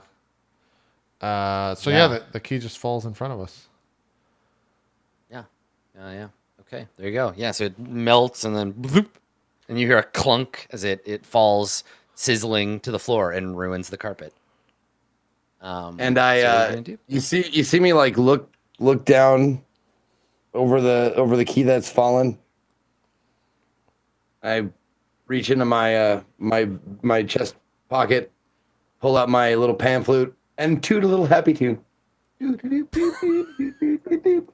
And I look at you while I'm doing it, like very, very proud of myself. Yeah, I walk up. Well, that was a good team effort. Nice job, everyone. Now, how the fuck do we get out of here? And I'm kind of just like looking at the room at large. What do we see in front of us? Do we see a giant chair? Like a chasm between me and the chair? I was gonna say you're standing several hundred feet off the ground. Right? You like peer over the edge and look down. You can see the little like burning. So like, let me see if the drawer. Let's establish a measure of scale here. So if the drawer was about 20 feet for you, I figure the drawer in real life is probably how deep is like a desk drawer, like 6 inches. It depends It's on the real drawer. deep, like a foot. Yeah, like I'm thinking like a stationary drawer, mostly made for like holding papers. Yeah, 4 to 6 inches. So we'll just say for ease of use, then 6 inch to the scale is 6 inches to 20 feet. So 4 feet to the floor. That's a long way down. It's a couple That's hundred a feet. significant. Yeah. Because that means that a foot is. How far up to Foot the would be top 40 of the table? Foot would be 40 feet, something like that. Not far. Yeah, like 40 feet maybe. How is You it? have to climb up the side of the desk, but yeah, It- that's much. You look up, it's much closer. So I look down. I'm like, we're not going down. There's no way. And then I look up. Is it a lip or is it like, is the table like this or is the table like this? The desk does have like a decorative edge to it, which I know seems just like an arbitrary way to screw you over. But yeah, I mean, I think it's a fairly fancy desk. So probably the surface of the desk has the drawer kind of sticking out, and then it goes up a little ways, and then has some like fluting or whatever that's called, like that. And you're standing in the drawer. Now that the drawer is not locked, though, We could push it out. I mean. I don't know how we do that though. You'd have to go back into the drawer, run as fast as you could at the flat part of the door, jump and throw yourself against the edge of the drawer to hop it out slightly. Yeah. I think I'm like looking up, and I look at Colin and go, well, if it didn't have that lip, I could fire an arrow up there with a piece of rope, but I think our best bet is to try to move the drawer. Well, Yeah, because if you could get the how far drawer, up is the lip?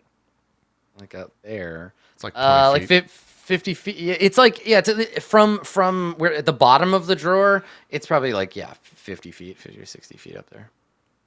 Okay. 'Cause I was thinking like, never mind though. Well, Yeah.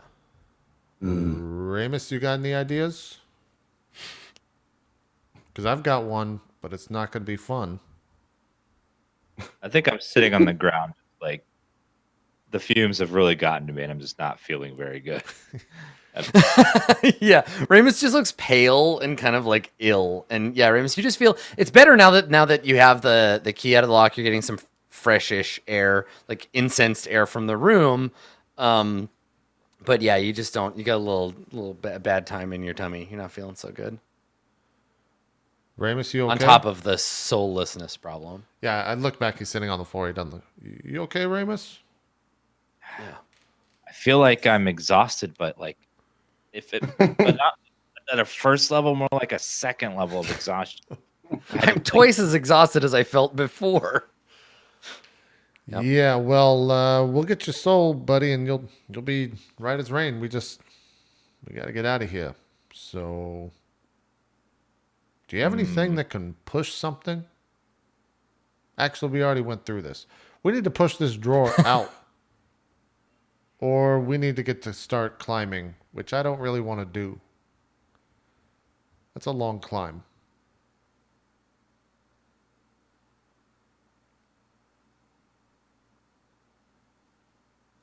I'm trying. Just don't have anything that could push.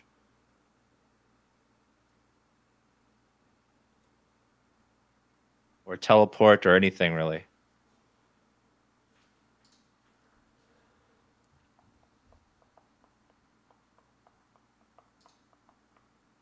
Well, the other option is we just set up camp and hope he comes back. I mean, it's nice and dark in here.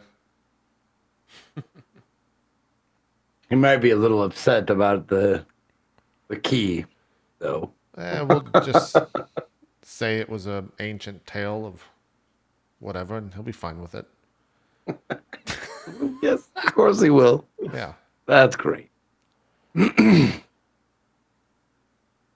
I don't see us getting out of here unless you feel like, and I explained the plan in great detail. We're going to have to run at this thing and all jump at the same time so that our weight is lifted off and that our weight is then transferred to the front, slowly pushing it out. We're going to have to do that over and over and over and over and over. It's certainly not a bad plan to try. See if you can make it move. See how heavy the drawer is. It's mostly, again, the drawer is mostly empty, right? You got a good look around the inside, and it's like a single piece of paper, essentially, like a scroll with like a light dowel on one end, and then some knickknacks. Yeah. I look over. Ramus, can you even stand up at this point? Are you doing okay? I don't think I could run I don't think I'd be much help. Okay, well, you're the heaviest one out of us, no offense. So that's going to be a little bit... He's wearing a bunch of armor, too. Yeah. Why I'm down, why don't you? You're wearing armor, Ramus. It's leather. He's got leather. Very thick and heavy armor. I can't help that. It's poofy. Yeah. If I was being an asshole, I'd say that you're lighter of us because you don't have a soul. And then it just kind of is like dead air. The soul is the heaviest weight a man can bear. Yeah. But I'm not. I'm not saying that, Ramus. So I guess if you can, just stand up and jump when we throw our body weight at the... You ready, Kaliman? I guess we're going to do this. I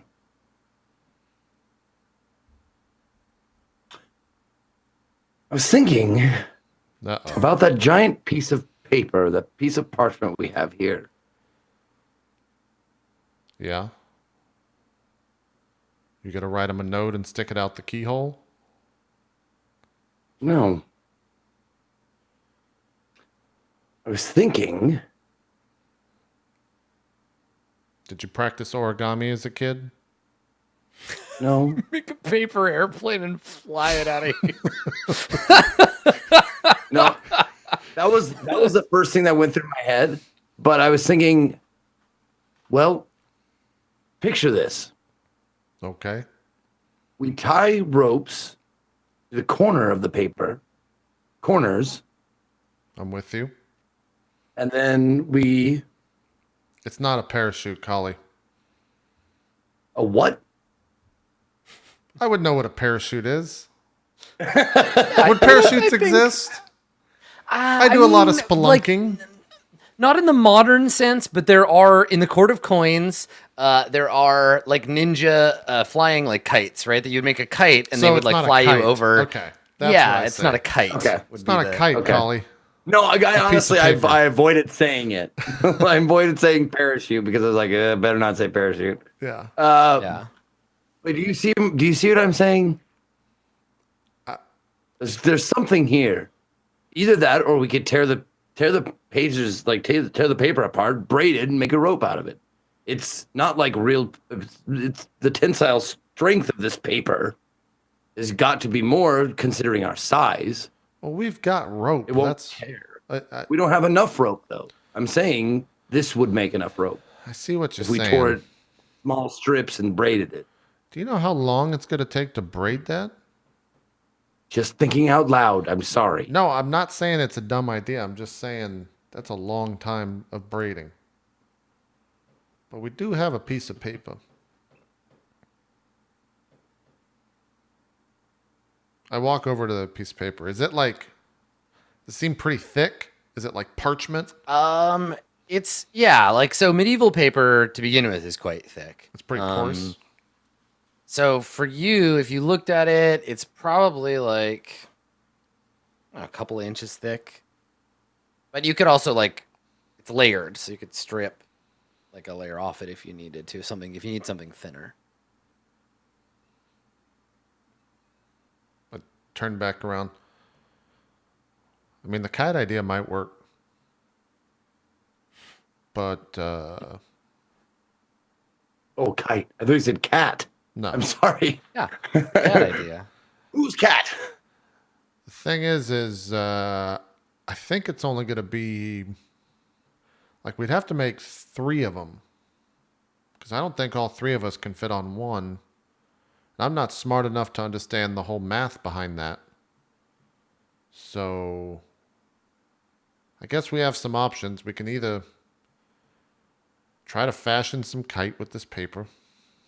We could tie it all together and see how much rope we can make.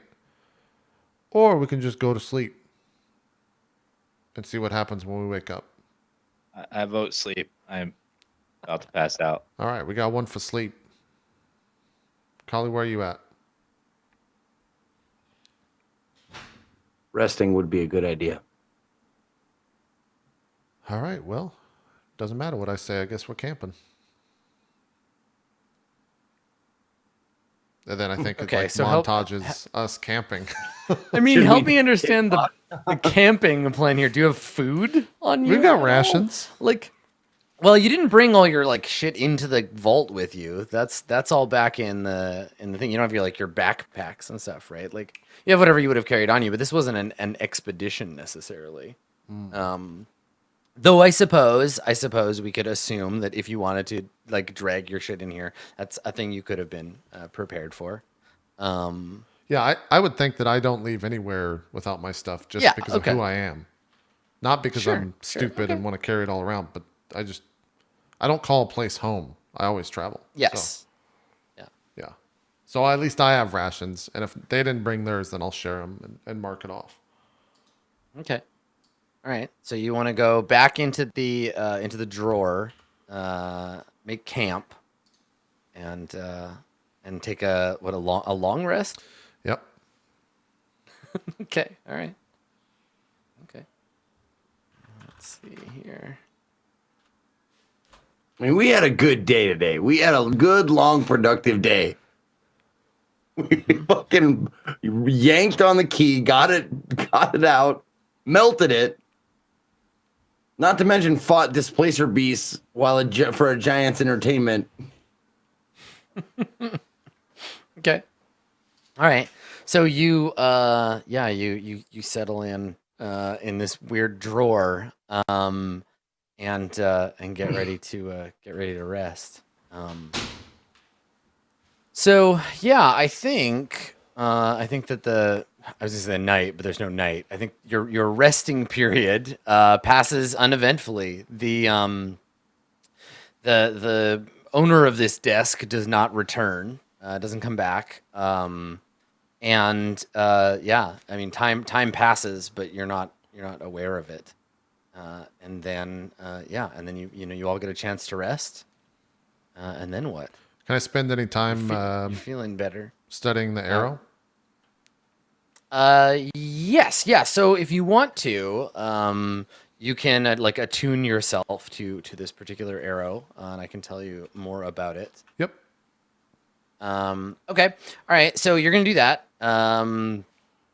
It is Willow weeps for her father is an arrow of God slaying.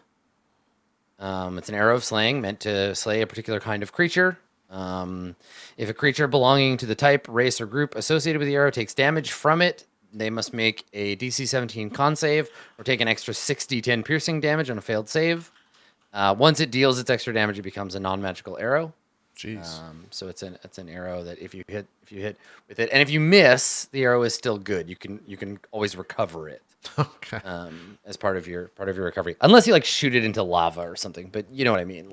Sure. Generally, you can. Yeah, you just use it until it uses its thing. So it's an arrow of God slaying. So you have one of those. As to its deeper history, I don't know. that'll require research or magic. Yeah. Okay. But it is you don't really know, you're aware of its abilities and sort of what it's for, but its sort of deeper history and purpose, why it was made, that kind of thing will require more access to material you don't have. Okay. Cool. Okay. Anybody else doing anything rest wise while you're just sort of sitting around? Because you've got time to relax. I think I brought one of those 4 books I had grabbed from the archive with me as reading if I needed to pick up.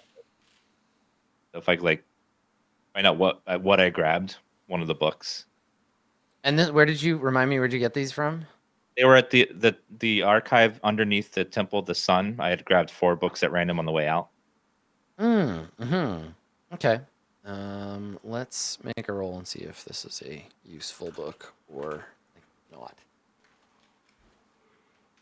Okay, so this book details courtly fashion of the Court of Coins from the year 700 past its founding to the year 706 beyond its founding. It details particularly courtly headwear, including the various types of hats afforded to the higher, mid, and lower tier noble caste in the Court of Coins. Lots of diagrams, lots of drawings of hats, but most of them are from the perspective of a haberdasher, and so are quite technical in their array. Okay. I think I'm spending the time learning about hats. Yeah, there's some fancy hats in here. A few of them, you're like, maybe we could bring these back. These could be good hats. Maybe I could modernize. Yeah. Vintage hat book. So that's your book, one of the books you've taken there. Okay, Kalimat, anything for you? Yes, I'm actually going to take out I have a folded piece of parchment, blank, and a piece of just a charcoal pencil, and I'm going to try and sketch from memory Yoji taking the arrow of God slaying out of the tree. Cool. Okay. Neat. All So you you all get some rest. Everybody recovers whatever it is they would normally recover from a long rest. Can you, Ramus? You get your exhaustion back. So you need to make your DC 10 con save to see if you recover or if you take one today. Oh, okay. So you get rid of the lead poisoning one, and then your weak soul. Hey. Okay, so you don't take a level of exhaustion today. You're feeling much better after a rest. It's touch and go over the night, but you wake up feeling much better.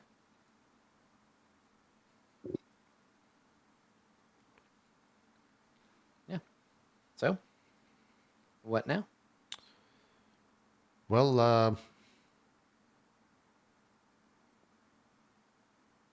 I was hoping that he'd be back, so I. Kali, I guess we're still doing this. Ramus, can you run? Are you feeling better? Yeah, I think I can move about as normally as I usually could. Okay. Well, we only really need to go a couple feet. I did come up with a plan, a Okay. really dangerous plan. Okay, sure. Let's hear it. Well, I can give us all a spell that will prevent death once, and we could all jump down Oh, Christ. and die, but come back once we hit the ground. I love it. I say yes. Well, Kali's going first then. Ramus, I've been dead before. It wasn't fun. What? How do you know this works? Well, it's a death ward spell. It prevents death from any form of death once from damage, and if it works as as it was created, it should stop us from dying once we get horribly injured falling. A question: If we Will get, it work for all of us? Yes, that's a good question. Well, we could have one of you test it first, just to make sure. Well, Kali would this be is that the part- person, but go ahead.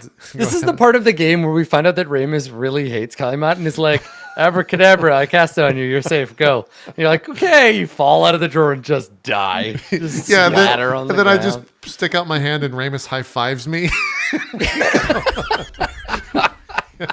Go account. Yeah. Well, I mean, I'm not against the idea, but what if we actually just need to go up? I mean, Yeah, we could try climbing, but that's an awfully hard lip to get past. yeah. Have But to, like- what I'm saying is, if we go all the way to the ground, do we know where we're trying to go? Maybe that's the best question. Where are we trying to get to? I don't know. Like, can't think of anything that'd be on the top of the desk that we would need or want. It's too big for us to use, anyways. We wanted an exit. What we need is either an exit or one of those bottles right there. Point at all the bottles lying around. One of them is mine. Do you feel pulled towards one or the other? I don't know, Adam. Do I feel a pull towards one of the bottles over all the others? No. Oh. I mean, you look at the pile and they all just look like little glass Well, jars hold with on. fireflies in them. Ramus, here's a question. I once knew a priest that had the ability to. I was. Let's say I was tracking a thing. Let's just go with that. And I went to this priest, and he was able to help me find this thing that I wanted. Now, my understanding of what happened is that he searched for said thing, but it was really searching for the soul of that thing.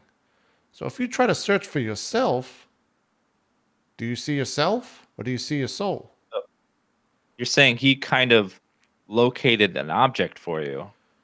No, not an object, a person. Oh, that's higher level. You can't do that? Well, if I do that, then I wouldn't be able to ward one of us with. I can find this for you, but one of us has to die.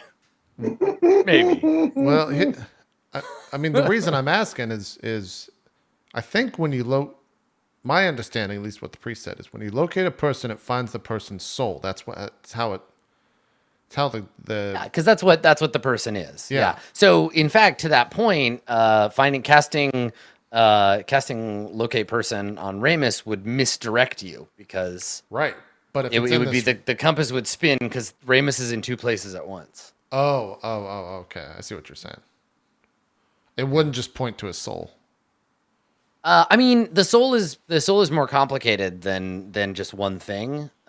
It's the upper and the lower soul, and it's been split. Ramus is of two souls. He's in two places at once. So Ramus, how long will I be out if we do this whole jumping off the thing? You would. Answer that first, then I have more questions. As soon as the damage is applied, it would. You would all but almost die. You'd get You'd be in horrible pain, but you wouldn't die from the death ward. Now, what if I break a bone? Is the bone healed? Well, according to the rules, there are no rules about bones being breaking. Yeah. yeah, weirdly, it's an heaven's all or funny that nothing way. affair. Yeah, nobody gets. Well, here, we'll do a quick. Let's see. If you were, for example, to just fall out of the keyhole to the floor right now, you would take 54 damage. Just as an example, roll. I didn't expend HP. It's a D6. It's a D6 for every 10 feet that you fall. I didn't expend It's a 160 foot drop. hit dice when I slept. I don't think any of us did. No, because it was a long rest. So Oh, you're it was all a at long full, rest. Right, so we're all full HP. Yeah. Okay. Yeah. I kind of look down like through like over the keyhole's edge or whatever, and does it look like it would be super difficult to climb down just barehanded? Is it doable? I mean, you'd run out of drawer, right? Because to zoom out to draw at like a smaller scale, the thing is like that, and then it hooks in, and then ostensibly down here somewhere there's like a leg holding the desk up, and you're here. Oh, right. okay. So you would have to climb down, hang underneath, get onto the leg of the thing, and then make your way down the table leg.